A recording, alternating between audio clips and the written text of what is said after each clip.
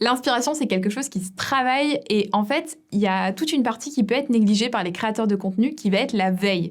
Quand vous faites de la veille, c'est-à-dire quand vous consommez du contenu YouTube, en réalité, vous travaillez. Mais vous n'avez pas vraiment l'impression que vous travaillez. Il faut que vous alliez voir ce qui se fait ailleurs, pas pour voler, pas pour plagier, mais simplement pour vous inspirer. Vous pouvez prendre une idée de montage par-ci, une idée de vidéo par-là et vous la mettez à votre sauce. De toute façon, ce qui fera la qualité de votre contenu YouTube, c'est votre personnalité. Donc, n'ayez pas de crainte et n'ayez pas de honte à aller voir ce qui se fait ailleurs. Pour ça, YouTube a mis en place un onglet qui s'appelle Tendance, dans lequel vous allez découvrir les contenus qui fonctionnent le mieux sur la plateforme en 24 heures, en 48 heures, et puis c'est uploadé comme ça régulièrement et tout le temps, en fait, en fonction des vidéos qui cartonnent à un moment T. Vous avez aussi l'onglet Abonnement, qui va répertorier toutes les vidéos des créateurs auxquels vous êtes abonné. Ça va vous permettre de saisir ce qui se passe sur YouTube en ce moment. Est-ce qu'en ce moment sur YouTube, c'est la mode, entre guillemets, des vlogs? Est-ce que c'est la mode des vidéos face cam?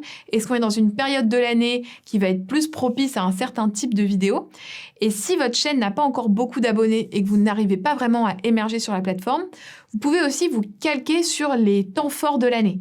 Par exemple, faire des vidéos, si vous faites des vidéos maquillage, peut-être que vous pouvez proposer à la période de Noël un maquillage pour les fêtes, pour la Saint-Valentin, un maquillage Saint-Valentin, parce que ça va être des requêtes qui vont être faites en très fort nombre à un moment clé.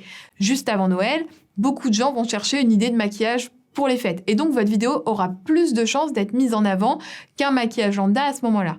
C'est pour ça que c'est aussi important de faire une sorte de petit planning avec un calendrier éditorial des temps forts de l'année et voir si vous pouvez adapter votre contenu à ces temps forts. Donc, si vous faites du maquillage, pourquoi pas proposer pour Noël un maquillage adapté.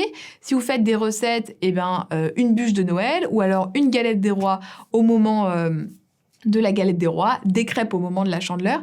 C'est super important d'essayer de caler à la fois son contenu sur ce qui se fait, mais aussi sur le temps fort de l'année.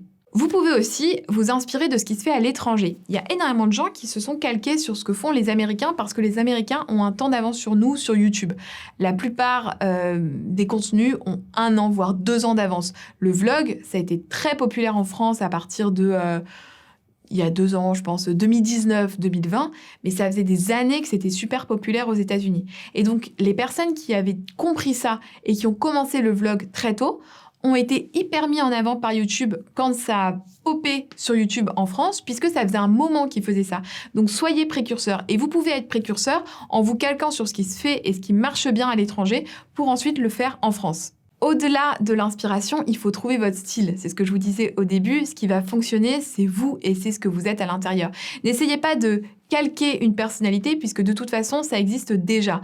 Il y aura forcément une audience pour tout le monde et un abonné peut être abonné à plusieurs chaînes YouTube, à plusieurs comptes Instagram, à plein de comptes différents en fait. Je suis même sûre que vous êtes abonné à plusieurs contenus différents parce que vous allez chercher dans un créateur ou dans un contenu certains éléments que vous allez retrouver, dans plein de personnalités différentes. Et donc, ce n'est pas parce que vous ne faites pas exactement comme X qui fonctionne super bien que vous n'allez pas, vous aussi, réussir à exploser. Donc, il faut vraiment que vous y mettiez votre patte. Au début, ça prend du temps parce que on imite un petit peu, je pense, parce qu'au début, c'est pas évident. Et puis ensuite, vous allez trouver votre style, votre façon de parler, votre façon de vous habiller. Et forcément, des gens vont se référer à ça. Donc, l'erreur que vous pouvez faire au début, c'est d'essayer de trop calquer avec ce qui fonctionne. Mais ce qui fonctionne, fonctionne déjà. Donc, vous trouvez votre style et apportez ce petit truc en plus qui n'existe pas encore sur la plateforme.